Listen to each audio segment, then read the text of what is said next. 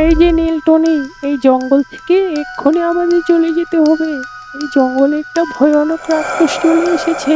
আমরা এই জঙ্গলে আর থাকতে পারবো না। ওই রাক্ষসটা সবাইকে ধরে ধরে খেয়ে ফেলছে। কি বলো এইসব তুমি? তাহলে আমরা এবার কোথায় যাব? আমাদের সেই জায়গা এই জঙ্গলই।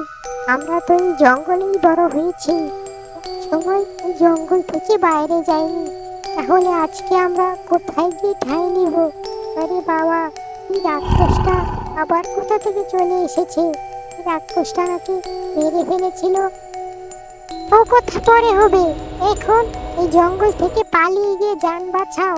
যেইখানে যেতে পারো সেইখানেই চলে যাও।